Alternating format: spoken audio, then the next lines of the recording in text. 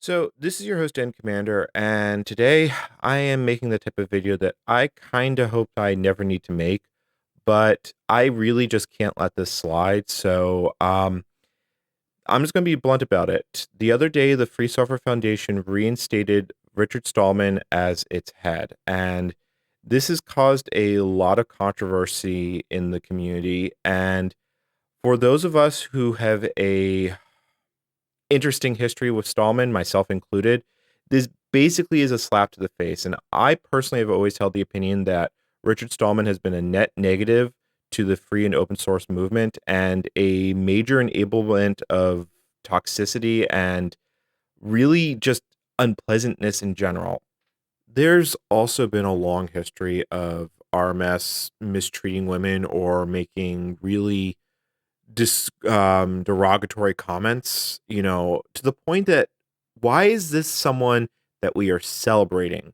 Especially he might have done some good things, but you know, doing one good thing does not excuse you from social responsibility for the rest of your life. So, and I mean, I've had my own personal experiences with RMS, so I'm going to go into those, but I'm going to leave a group of links below with all of this and all the collected stories I could find.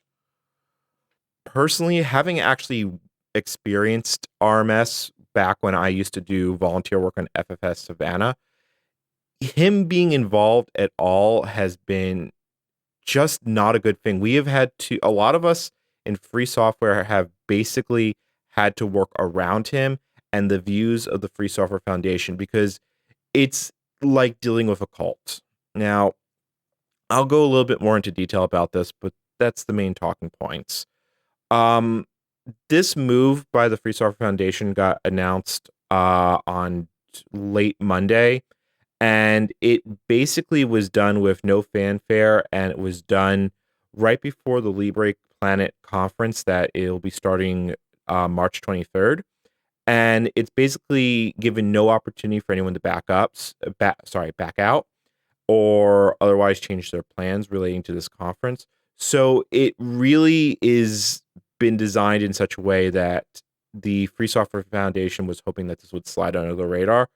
Um, I don't plan on changing this channel into a drama channel or going through this on a regular basis. I was hoping to be working tonight on my video on the Compact Portable, but I'm not letting this slide. So let's go for the main points. Just as a note, I am not going to monetize this video, and I'm really not trying to benefit off the situation, but I really am just trying to raise public awareness. There's a lot of other things that go into this conversation that I probably am not going to be addressing or will be glossing over, since I really can only comment authoritatively on the stuff I experienced. But I do recommend people do their own research here and come to their own conclusions. So let's start digging into the past here.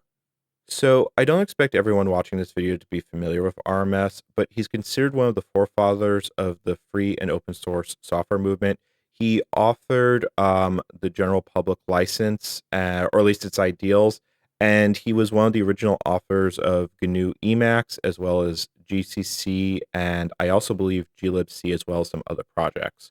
So he has a long history of actively writing code and basically having foresight of technical issues. Like, he predicted the things like digital rights management and so forth years before they ever became mainstream issues.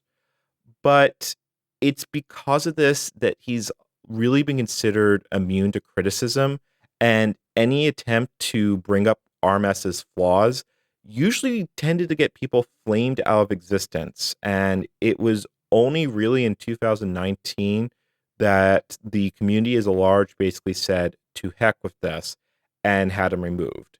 Now, RMS has a long history of controversial statements. So I'm just going to go through these on a very high level.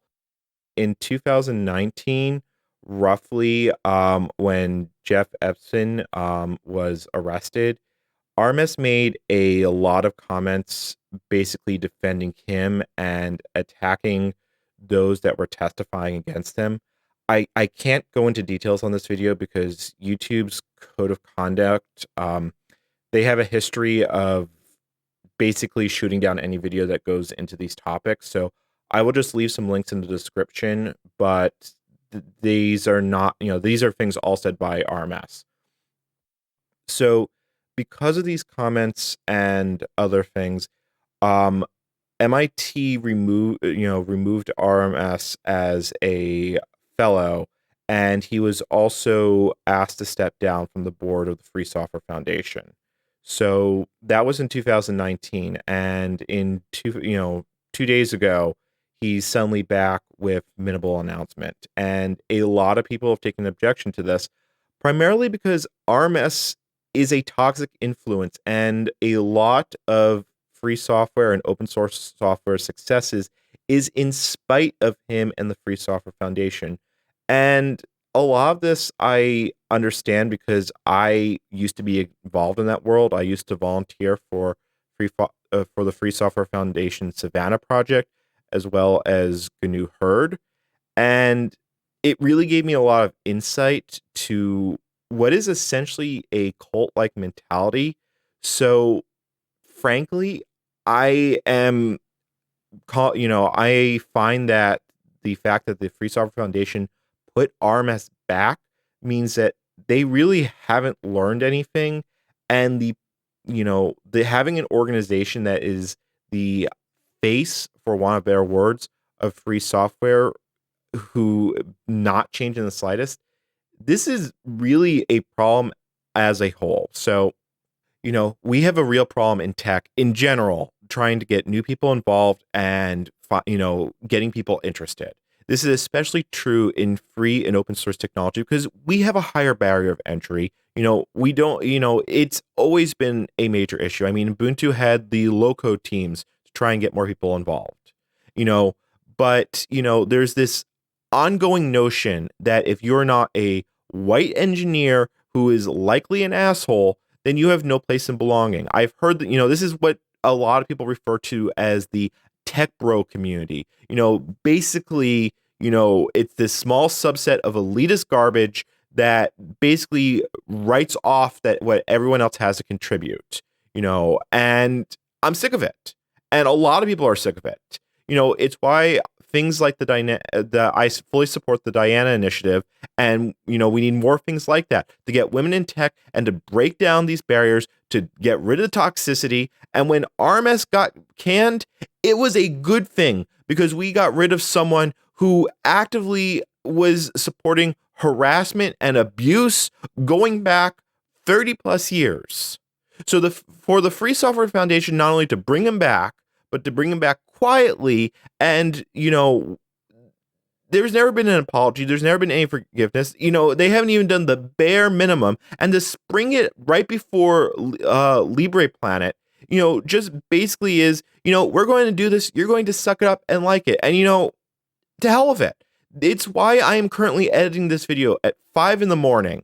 to basically just get more eyes, get more people to understand what is going on. And, maybe I'll end up burning my YouTube channel on this. I do retro tech. I don't cover current events, but this got under my skin so badly that I had to sit here and do something about it. So you know what? I have no problem with this. I'm going to post this and deal with the consequences.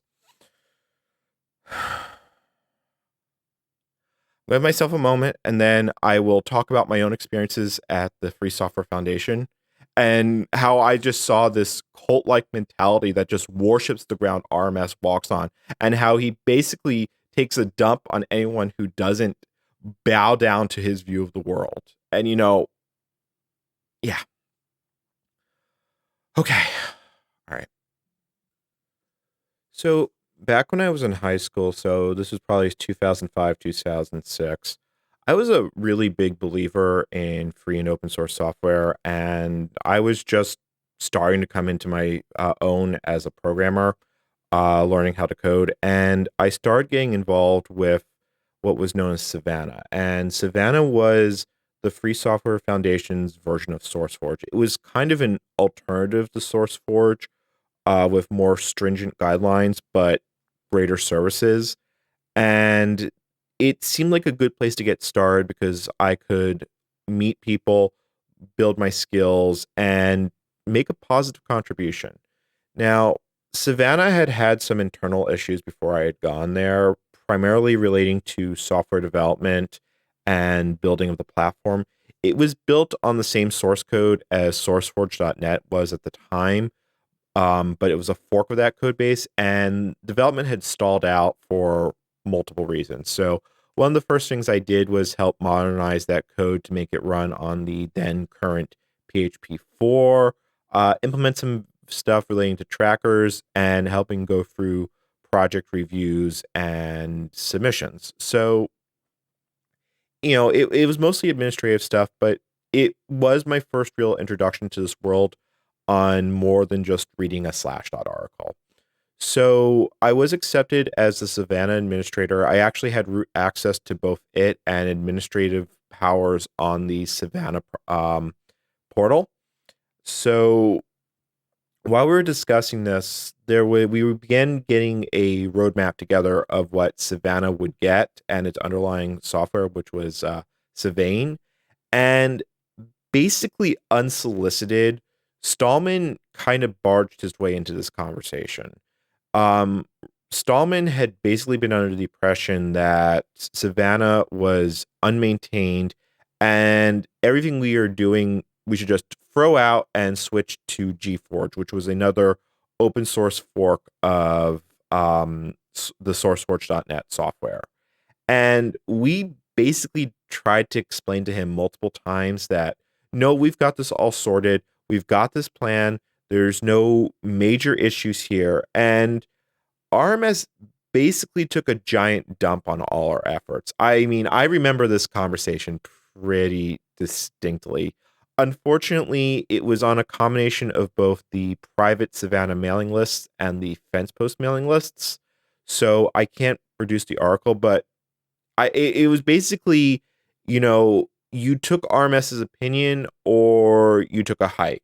And that was that was my first real, why am I doing this moment? It wasn't enough to completely discourage me from being involved with the Free Software Foundation or open source projects in general, but it left a very bad impression. And I did end up leaving the Savannah administrators not too long after that, partially due to that incident. So later down the line, and I'm thinking this is about 2017, I started getting involved with the HURD project. And for those that don't know, HURD is the Free Software Foundation and the GNU project's attempt to make a microkernel-based operating system. It's basically was what was a competitor to Linux until Linux managed to become successful and actually work.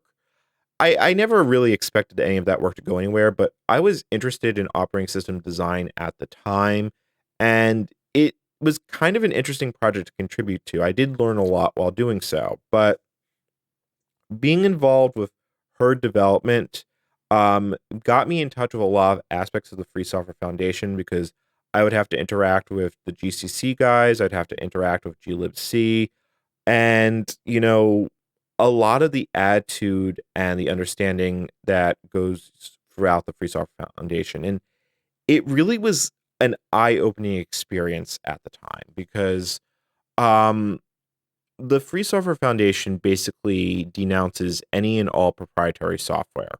There's no just cause to use proprietary software anymore as far as they are concerned, and you are shunned for it. I mean, this is the Free Software Foundation has a small list of what they consider ethical GNU Linux distributions that do not have any binary blobs.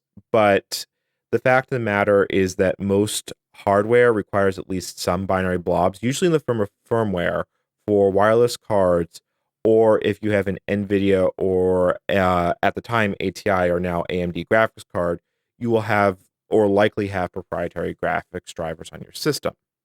And the view here is that you should basically just suck it up and deal with the missing functionality, and it's your fault for buying incomplete hardware. Now, I've touched on this on some of my other videos, specifically the Debian GNU Linux video, where VA Linux had basic, and the Free Software Foundation and a lot of other organizations were pushing Debian as the premier free and open source experience. And you watch that video and you really see the end result of that mindset. I mean, a lot of the reason why the Free Software Foundation distanced itself from Debian, or basically had nothing to do with it, is because Debian had the gall to include a non-free archive, which had drivers and software that were freely distributable to make users' lives easier. That was one of the major points of why the Free Software Foundation and Debian split happened. So, just as a point of clarification, Debian is always considered non-free to be not part of Debian. It just provides hosting and infrastructure for users' ease of use. And the Free Software Foundation even acknowledges this, but still says that Debian is a tainted distribution because it is too easy to install non-free software. So that's a lot of the mindset that we are working with here. So you really are in this mindset that this ideology tops all, and all this ideology comes from RMS. You know, there's no exceptions, there's no justifiable cause. And basically, if you can't deal with it, then that's your fault and you are to blame. And a lot of people excuse this behavior, saying that the Free Software Foundation needs to take a hard line on these stances. But there's really no need to shame people that need to use proprietary software. And honestly, the attitude really irked me. I mean, you know, it's basically discounting anyone's needs but their own ideology. And it's really where you start getting a lot of problems with the Free Software Foundation, because you see this put at the forefront and this toxicity goes all the way down. And a lot of it comes from Stallman, because most of this is Stallman's views built into the Free Software Foundation. I mean, to make matters worse, the Free Software Foundation's projects, and more specifically GCC and glibc, to make two specific examples, have a long history of having maintainers that were difficult or impossible to work with, to the point that both GCC in the form of EGCS and glibc in the form of eglibc were about to be forked, and the Free Software Foundation only consented to making changes to these projects because they were going to lose control of them entirely. So this is the type of organization that the Free Software Foundation is as a whole. So, and it really, in a lot of ways, is toxic. You know, most projects at these days have a code of conduct. You know, you treat your other members with respect. You don't slander or abuse or use slurs on mailing lists. The Free Software Foundation does not have anything of the sort. And it really just looks like an antiquated dinosaur compared to many other projects.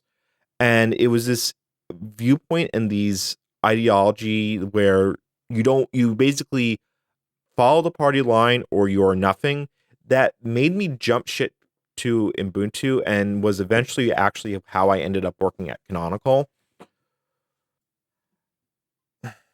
I mean, the best way I can describe this is there's a cult-like mindset, and I think a lot of this I see is that Richard Stallman had a set of requirements of how his computer would be set up. There is an entire team at the Free Software Foundation called RMS Assist, and he basically had written guidelines of how any computer he uses should be set up.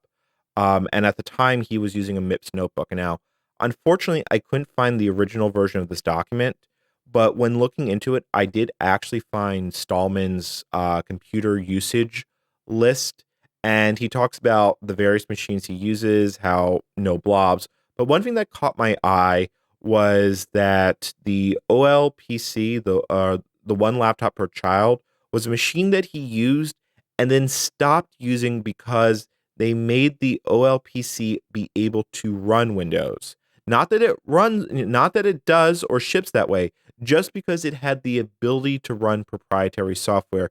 He basically denounced it. And as far as I know, he's actually wrong about that. To my knowledge, none of the one laptop per child can easily be modified to do so. So it really kind of sums up the ideology of the Free Software Foundation. But you're basically telling anyone who cannot submit to this that they're in sin, or they are less than human. And I have seen this. I warned people about my RMS experiences for many years and why I really don't want to be involved with the Free Software Foundation. The few times that I had to, because unfortunately GCC and glibc live under that banner, it was generally through an intermediary because it wasn't worth the time or my sanity to put up with these people. What really makes this a problem is that with the Free Software Foundation, a lot of the core bits of the Linux ecosystem are built on GNU projects. And you're dealing with an environment that is essentially toxic. You have to basically submit to RMS's view of the world, or you can GTFO. And this is not a good thing, for diversity or anything beyond just a small echo chamber. Because I personally will not be involved with any Free Software Foundation thing. I know a lot of people that want nothing to do with them. And, it was a lot of belief that RMS was a lot of the reason why the Free Software Foundation was stuck in this Luddite mindset from the early 90s. And a lot of us were very happy when he got canned, hoping that this would lead to change. So for RMS to be brought back is basically like, haha, F you. And I feel that denouncing both the Free Software Foundation and RMS in general is the bare minimum of what I can do. I mean, I had posted about this on Twitter. I had posted about my experiences with the Free Software Foundation. And honestly, I don't even feel like I'm doing justice by recording this video. If I go into all the comments he made, I'd probably get reported right off YouTube because it's nasty. One of the ones that really strikes me is he's basically made the implication that those with Down syndrome, and from the wording, possibly anyone with a handicap or mental disability, is subhuman. And it, I look at this and why is this someone we want in a leadership position? Does the creating one good thing really make you immune to criticism? Does it mean that you should be the forefront of it? I mean, what can you do? I don't feel right saying nothing, and if I end up burning my YouTube channel because of this, well, I end up burning my YouTube channel. But what's the point of having a platform if you can't use it to try and make things better? Now, I don't plan on making drama videos. I really hope I never have to make another one. And if I didn't have a personal history with the Free Software Foundation, I may not have made this one to begin with. But at the very least, I need to raise attention to these issues and provide my own viewpoint. And I guess some ways bring closure to this for myself. So I am pretty much expecting that the comment section will be kind of bad, is probably the word I'm going to go with here. But, I also think the only thing it takes for all it takes for evil to triumph is for good men to do nothing. And while I don't know if I don't consider myself a saint, but I like to think that at the end of the day, I have tried to make the world a better place. So I guess that's where I'm going to leave this one off. Once again, we're going to go back to our regularly scheduled retro computing stuff in the near future. I may disable comments on this video if it starts getting really toxic, but as usual, I'm on Twitter, I'm on Discord, um, and I'm willing to answer questions as best I can. And I really do encourage people to do their own research on this. Please don't just take my word for it, but and take a look at the letter and the links off it that kind of preceded me making this video, because it has a lot of important information, references, firsthand accounts. So I guess with that being said, this is NCommander signing off and wishing you all a pleasant day. So until the next time, see you later.